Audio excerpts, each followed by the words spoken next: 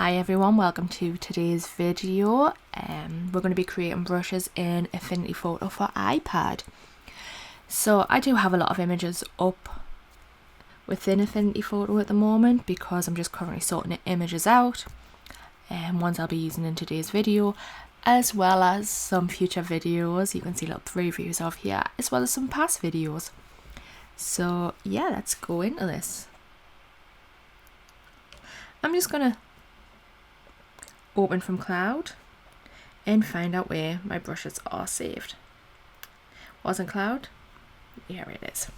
So I've already drawn out two brushes that you can see here. I'll just scroll to the top and some ones in the center. We've got hairbrush 01 and hairbrush 02.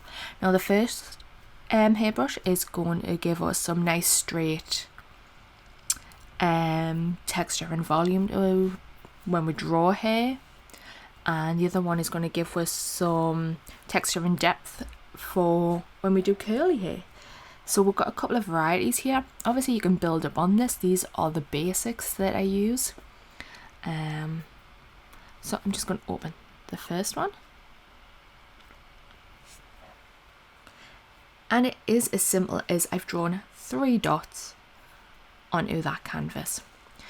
I'm just going to come over here to our brushes studio, hit the drop down menu, and I'm going to create a new intensity brush. You can see that you can import and export your brushes. Import if you do have some Photoshop brushes you want to bring over into Affinity Photo for iPad, you can do so by choosing import. Obviously you can export these and use them within Affinity Photo on desktop, or even assume Photoshop because they're just standard brush files. Just cancel that one off and just get my brushes studio back up, and new intensity brush. We didn't really have to open it, but I just wanted to show you what it looked like, because I was saying that we're going to be using this brush and I had a lot of images open on the desktop. So you can choose your general dynamics and everything about the brush in here. I wouldn't worry about it too much because you can always come in and edit this at a later point. So size, I'm just going to increase that. The hardness, I quite like softer brushes. Flow, accumulation, spacing is one thing I will change. You'll notice as I increase the spacing, you'll start getting little dots. Now this is great for stuff like fairy dust, or kind of if you want to add little bits of dust in the air, just to add a bit more depth to your photo manipulations. It's cool. Brushes are so versatile. So I've got the spacing set to 1 because I do not want any space in between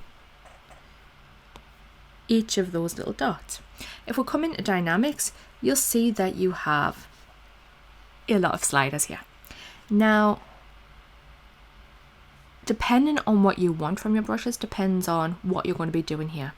The way I hold a pen and the way I apply pressure when I'm drawing or retouching, so to say, is completely different to what another person may do. So fine-tuning it to your needs is a necessity. You might work very well with the basics, which is great, but if you want to get a bit more in depth with your brush settings, I'd recommend playing around with these. So you can obviously play around with the scatter. I don't think I'm going to. Let's keep the flow as it is. No rotation. Yeah, I'll keep that as pressure. Obviously you've got all these little drop down menus here as well. You've got so many options. I'm just going to keep it as it is. And no, I'm not going to add any texture, which would be nice, but we don't need to. So I'm just going to grab my brush. From the left hand panel, you can see down at the bottom, it's selected, and if I click on it, it brings up all those settings again, so I can come in and work with it more. I'm just going to choose the little circle with colour written underneath it, and I'm just going to choose a random colour. Cool. What size is this?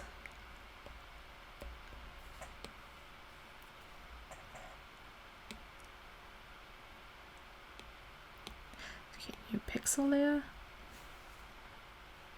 And it's not letting me zoom out, which is cool, fine.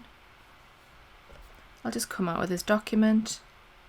You can see that it's actually started applying stuff there, but I think the problem is I've got too many documents open.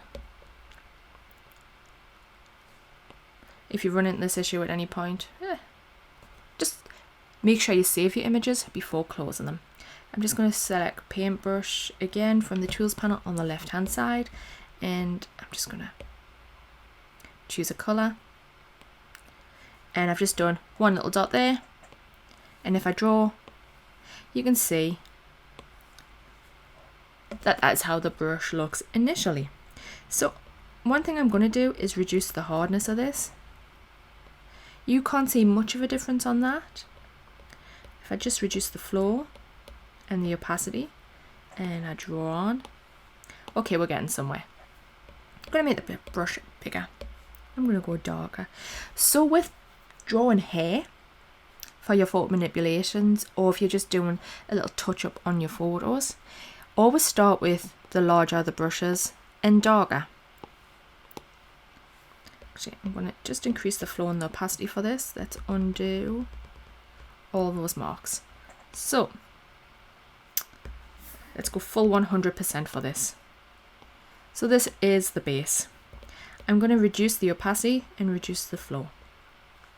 I'm also going to lighten the colour, if I can get it to move, just a tiny bit. So, and you might be thinking, oh my gosh, Chris, what are you even doing? I'm just going to shrink the canvas a little bit because I'm not quite hitting the bottom there, which is fine. You know, whatever. So I'm just drawing in a quite natural up and down movement. I'm going to reduce the opacity and the flow again, while also lightening the colour, but still keeping it quite saturated. I'm also going to reduce the size. Because the way depth works with hair, you can't really see all the hair underneath. So you just want to imply that it's there. So that's why I use the larger darker brush, and then we'll gradually get lighter and lighter as we go along, as well as smaller.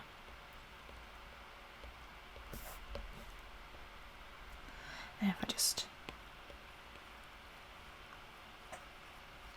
And again, this is quite crude, but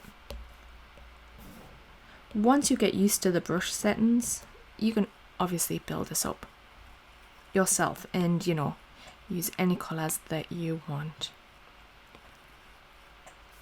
And again, I'm just going to reduce that, and let's desaturate it slightly for the top layers.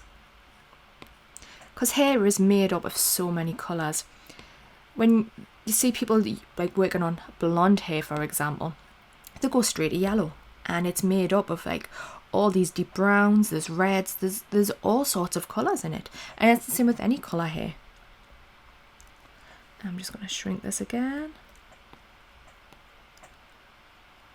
And you can just see I'm just gradually building it up, and that's actually starting to look quite natural. And I would just use this in like certain parts of an image. I wouldn't go all out and redraw the hair. Well, I might, but I tend not to, because that would take so long, and you know, a hairstylist who could actually do this in less time and on set, so you have to do less post-processing would be more ideal.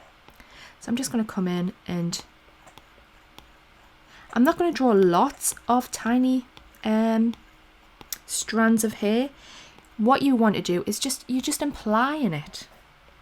And again, let's just go all the way out, and we'll just draw. I'll just zoom in so you can see what I'm doing. Get a little bit brighter. Oops.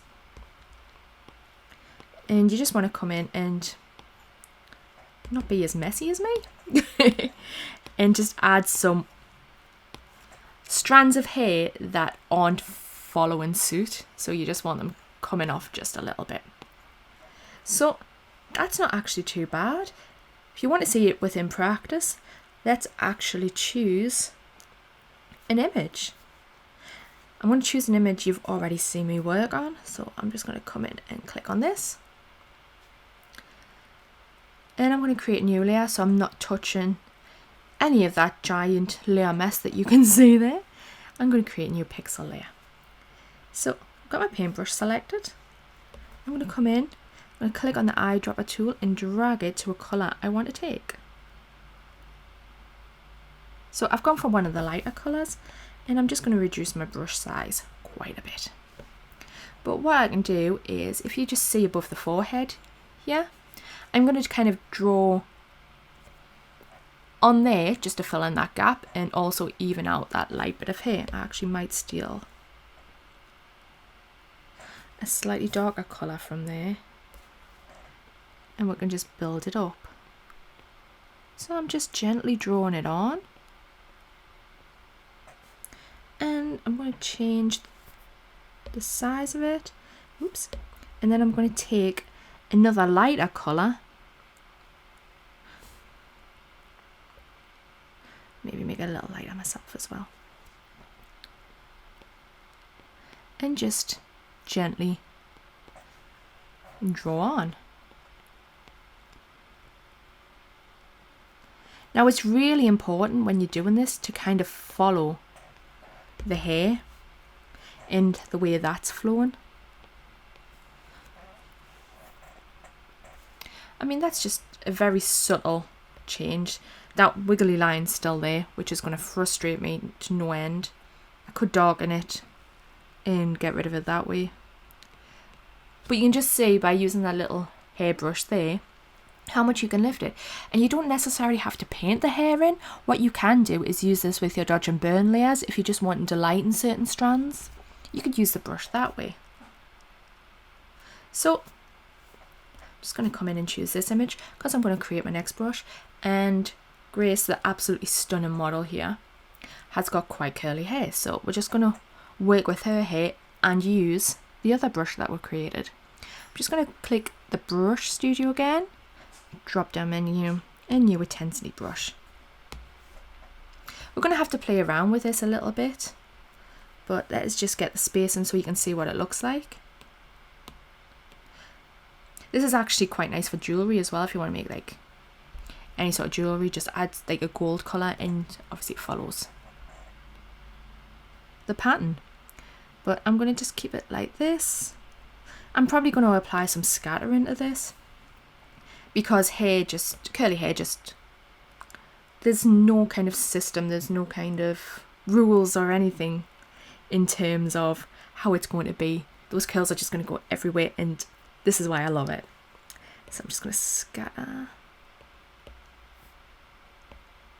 put it on pressure and pressure. I'm just going to play around with this a little bit. I might not make it too much. Okay, we'll go with this. And I'm just going to do what I've done again. All your brushes start to compile within your brushes panel, and you can organise these. Try and organise these and don't be like me. Whoops. I've already made lots of brushes. If I just get my basic ones back. Let's choose this one, and I'm just going to do what I've done before. I'm just going to change the scale, the opacity, and I'm just going to steal the colour. So you can see, obviously, if I just zoom in on her hair, that you don't see lots of individual strands. The same with the picture of Harriette that we just used in the last example as well. Hair doesn't show up as billions and billions of little strands. This isn't a Pixar movie. We just have to imply that it's there. So I'm just going to shrink this brush, and I've got a funny feeling it's going to be too dense. I draw, yeah, too much. Let's just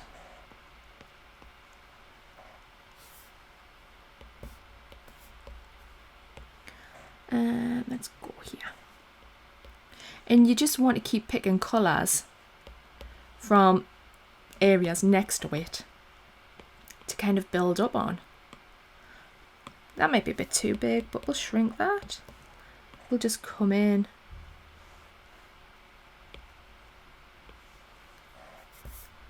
and we'll keep reducing it like we did with the last image. That noise you can hear is my dog running up the stairs to come and get some attention. Hey little man.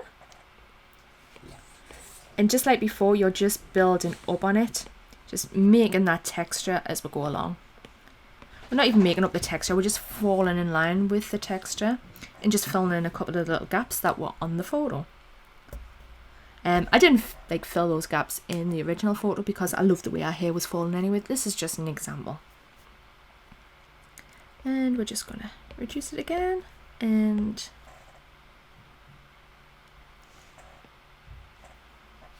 just gonna undo that because although I like it, we do need to reduce the opacity and the flow. And just kind of blend it in a bit more. So like I said before, we're just building up the texture. And again, let's make it a bit bigger.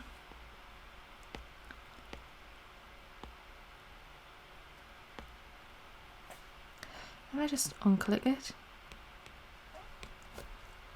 What you can do as well, so it fits in nicely with the image a bit more, on the pixel layer that we've created to draw the hair, we could just come in, choose our filters, and add a tiny bit of noise. That was too much. Just so it's got a little bit of texture like the original image.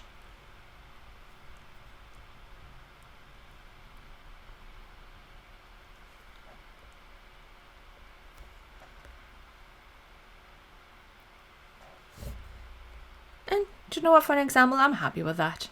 If I were working on this for a client, I would spend a tiny bit more time just blending it in. But other than that, that is essentially how you make a brush. And those two simple shapes that I showed you in the beginning, and created two brushes that I could easily use on any of my photos, and I could be extremely happy with the results. So yeah, if you make some brushes, let me know. I will upload the two I've just made, and you can find them in the description box below. So I'll catch you all next time for the next video.